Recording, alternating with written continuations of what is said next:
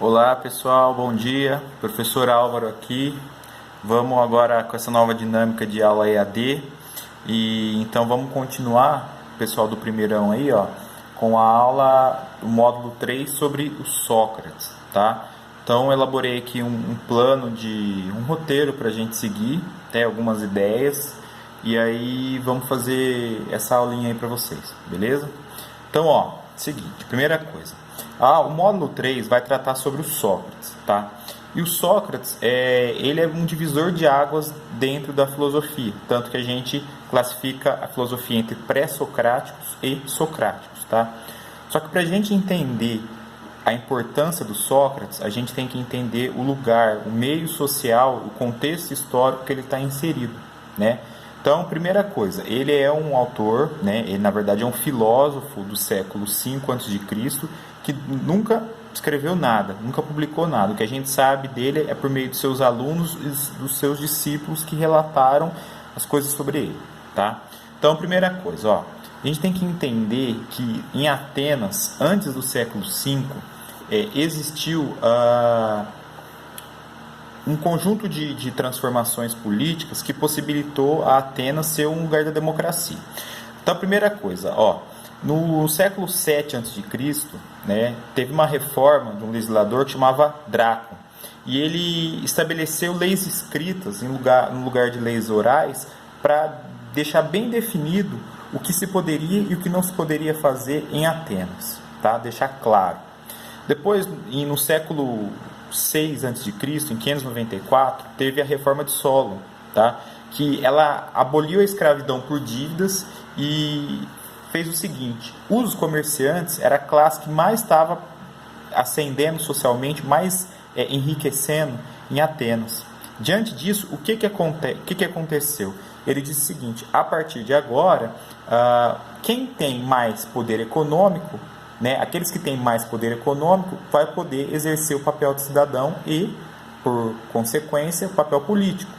Só que, anteriormente, eram os eupátridas, os chamados bem-nascidos, que era a aristocracia.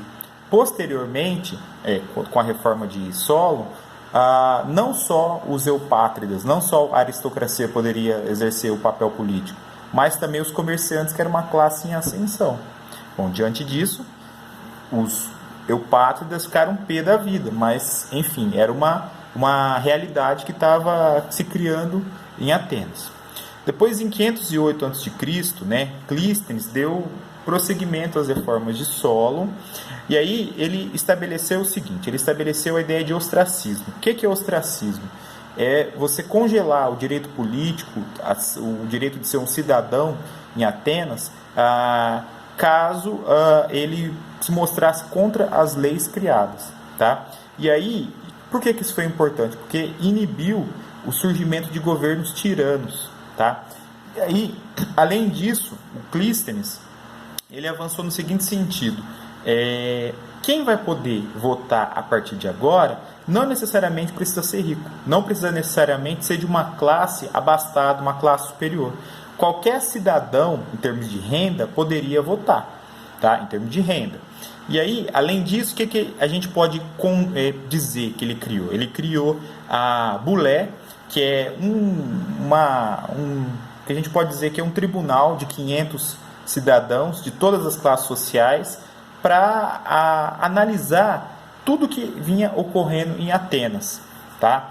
E além disso, ele criou a Eclésia, que é uma assembleia geral, onde tudo sobre Atenas era decidido.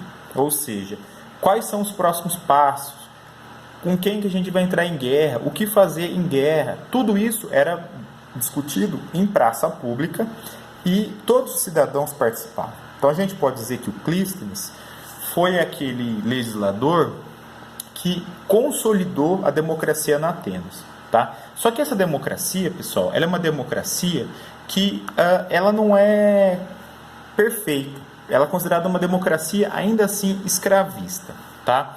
Por quê? Pelo seguinte: lá em Atenas, quem poderia ser considerado cidadão e, portanto, exercer o poder político eram aqueles que eram maiores de idade, não poderia ser mulheres nem crianças, né? Teria que ser nascido em Atenas, tá?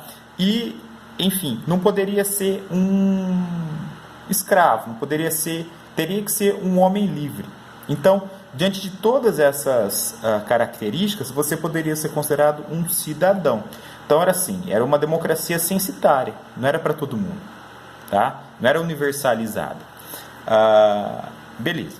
Aí, pessoal, seguinte, um dado importante para a gente entender o contexto de Atenas é que assim, aquela cidade-estado é uma cidade-estado que tudo se dava em torno da vida pública. Então, a ágora, que era considerada a praça pública, era o lugar onde se chegavam as conclusões, onde existiam os debates e o lugar onde se exercia de fato o poder político. Então, era assim, todo mundo na base do diálogo, da conversa, tese contra tese, buscando ali uma síntese do que é melhor a ser feito, é aquilo que eles tentavam concluir e poder, enfim, designar o que seria feito em Atenas, tá certo? E aí, a palavra, a questão do diálogo, ela ganha muita força. Então, aquelas melhores ideias seriam as ideias aceitas. As ideias que fossem melhores defendidas, elas seriam as ideias aceitas. Então, diante disso, a gente pode entender que uma nova sociedade está sendo criada aí. A ideia de democracia está sendo criada aí, tá certo? Então, além disso, os indivíduos que compõem os cidadãos em Atenas, eles começam a entender que as regras, as leis, as políticas que eles iriam implementar, elas são criadas pelos próprios seres humanos em contato, em diálogo, diferentemente de uma ideia mitológica. Por exemplo, se alguém levantasse a questão, não, porque os deuses dizem, né, segundo a nossa cultura, que nós devemos fazer isso, sempre respeitar determinado princípio. A partir do momento em que a democracia vem crescendo em Atenas, esse tipo de fala já deixa de perder o valor dela. Porque não tem essa ideia de que os deuses determinam o que a gente tem que fazer ou não. O que nós fazemos é resultado do que nós debatemos em praça pública, na ágora. Então, é muito importante a gente entender que todas as decisões não são mais tomadas tendo em base um plano sobrenatural, de deuses, por exemplo, ou de mitos. Mas, na verdade, as soluções, os problemas são solucionados, são resolvidos, não, né? São, enfim, equacionados diante da própria discussão entre os cidadãos da polis. É claro que o número de cidadãos, nesse caso, é 10% do total dos atenienses. Então, assim, é uma democracia muito restrita, mas é aí que nasce a ideia de democracia que a gente tem hoje. Tá? É claro que depois ela vai ser aperfeiçoada, enfim, mas é aí que nasce.